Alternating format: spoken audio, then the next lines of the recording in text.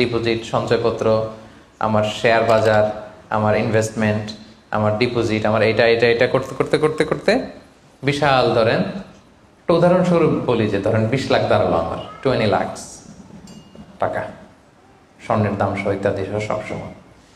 এবার হিসাবটা কিভাবে করব? হিসাবটা খুব সহজ। আমার জাকাতে বলে সেটা আমি সব হিসাব দিয়ে পাইলাম কয় লাখ টাকা? 20 লাখ। এবার আমার যদি ঋণ থাকে, আমি ঋণটা এখান থেকে বাদ দিব। আমরা শুরুতে বলছিলাম এক ধরনের ঋণ আছে একবারে দিয়ে দিতে হবে, এরকম একবারে ঋণ দেওয়ার যদি আমার কিছু থাকে ওইটা আমি বাদ দিব। ধরেন আমার একবারে ঋণ দেওয়ার আছে 5 লাখ টাকা, যেটা আমাকে একবারই পরিশোধ করতে হবে অল্প কিছুদিনের মধ্যেই, তাহলে এটা আমি বাদ দিতে পারবো। তো 5 লাখ টাকা যদি 20 লাখ টাকা থেকে বাদ দিয়ে কত থাকে? 15 লাখ। এরপর আমি বলেছিলাম যে কিস্তিতে যে ঋণগুলো থাকে সেক্ষেত্রেও আমি বাদ দিতে পারবো ম্যাক্সিমাম 1 বছর, 12 মান্থস। ধরেন যে বড় একটা কিছু আমি কিনেছি, সেখানে 12 মাসের আমার যে ঋণ, সেই ঋণ আসতেছে ধরেন যে কিস্তিতে, ধরেন আরো 5 লাখ, তাহলে কত বাদ গেল? 5 এ 5 10 লাখ, থাকলো কত? এই 10 লাখ হচ্ছে আপনার নাও জাকাতেবল অ্যাসেট। এই 10 লক্ষের উপর আপনি 2.5% জাকাত দিবেন।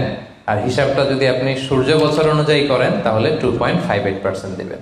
সহজ হয়ে গেছে না মোটামুটি? হ্যাঁ, মোটামুটি সহজ হয়েছে না? এরপর এক একজনের এক এক ধরনের বিজনেস, এক এক ধরনের কোশ্চেন থাকবে। এটা পার্সোনালি কোনো মুফতির কাছে বা যে কোনো স্কলারের কাছে আপনার পার্সোনাল আলাদা করে হিসাব করা লাগলে এটা করে নেবেন। কিন্তু ওভারঅল জাকাতের কিভাবে ক্যালকুলেট করতে হয় এবং প্রসেসটা কি, রাইট প্রসেস, এটার একটা ধারণা তো আপনারা পেয়েছেন নাকি? বুঝতে পারছেন না সবাই? আচ্ছা, এরপরে বলেছিলাম ফসলের জাকাত মানে কৃষি সম্পদের জাকাত।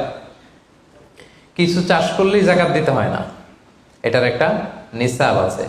সেটা হচ্ছে কমপক্ষে 18 মণ। কমপক্ষে কয় মণ? 18 মণ।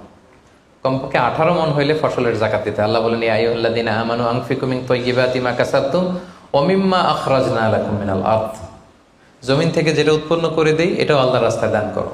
ওয়া আতু হাক্কাহু ইয়াওমা হাসাদি, যেদিন ফসল হারভেস্টিং করে ঘরে তুলবেন ওই দিনই জাকাত দিতে হবে।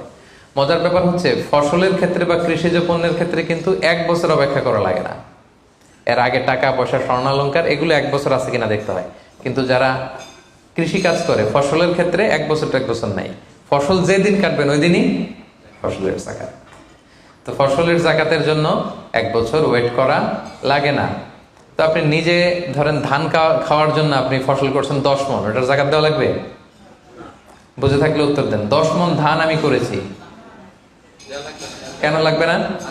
18 মণ হয় নাই। দেখেন শরীয়ত কত সুন্দর, কিছু আপনি করলেই জাকাত দিতে বলে নাই। এটা একটা স্ট্যান্ডার্ড আছে। লাইসা ফিমা দুনা খামসাতে আউসুকিন সাদাকা, 5 ওসাকের নিচে জাকাত হয় না। 1 ওসাকে কত এভাবে হিসাব করে বের করা হয়েছে 720 কেজি, 18 মণ। 18 মণের নিচে হইলে জাকাত দেওয়া লাগবে না। আর একটা ব্যাপার হচ্ছে যে কোনো ফসলে জাকাত হয় না যে ফসলগুলোকে গুদামজাত করা যায়।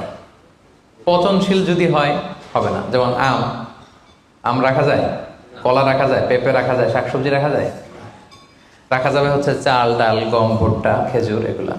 গুদামজাত যদি করা যায়, ওগুলো যদি 18 মণ হয় তাহলে আপনি জাকাত দিবেন। তো জামের চাষ যারা করে তারা কি মোটেও দিবে না জাকাতের কোনো কিছু থাকবে না? হ্যাঁ থাকবে। তাদের হচ্ছে উরুদুত যারা ব্যবসার হিসাবে ওই যে হিসাব করবে যেদিন, ওই দিন দেখবে যে আজকে আমার বিক্রি করার মতো কয় খাঁচি আম আছে, 40 খাঁচি আছে, দাম কত, ওই অন্যান্যর সাথে যুক্ত করে নিবে।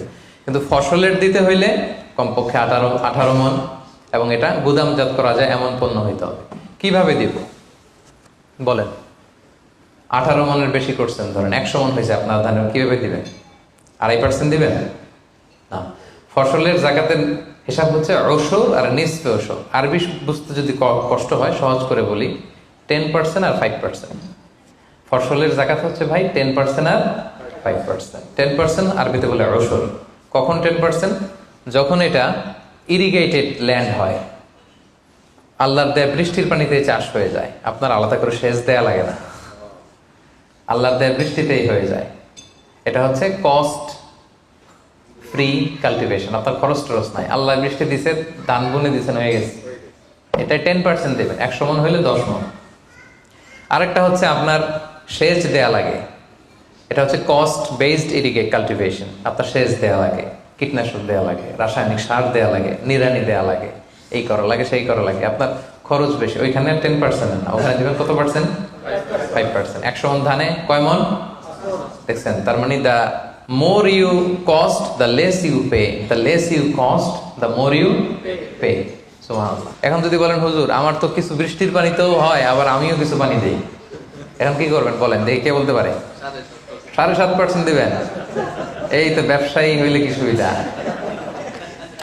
তখন আপনি মাঝামাঝি দিবেন, যেহেতু বৃষ্টির পানির ফ্যাসিলিটিও আপনি পেয়েছেন, আপনারও পানি শেষ লাগছে, দুইটা যেহেতু, তাহলে 5 আর 10 এর মাঝামাঝি কত? 7.5। তো আপনি তখন 7.5% দিবেন। এটা হচ্ছে বিশাল আলোচনারে এক নির্যাস আমি আপনাদেরকে শোনালাম। চলে গেল কৃষি সম্পদ।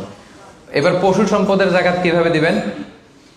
পশু সম্পদের যে লিস্ট, এটা আমাদের জন্য অ্যাপ্লিকেবল না। 40টা ছাগল হলে একটা ছাগল বছর শেষে, 30টা গরু হলে বছর শেষে, 5টা উট হলে, এটা আমাদের জন্য অ্যাপ্লিকেবল না। কারণ পশু সম্পদের জাকাত যদি দিতে হয়, শর্ত হচ্ছে এটা সায়েমা হইতে হবে। সায়েমা মানে পশুগুলা বনে বাদারে যে ঘাস লতা পাতা নিজেই খেয়ে আসে, এটার কোনো খাওয়ানো টাওয়ানো লাগে না। কিন্তু আমাদের যে পোলট্রি শিল্প, আমাদের যে গরুর ফার্ম, এটাতে ফ্যানের নিচে রাখতে হয়।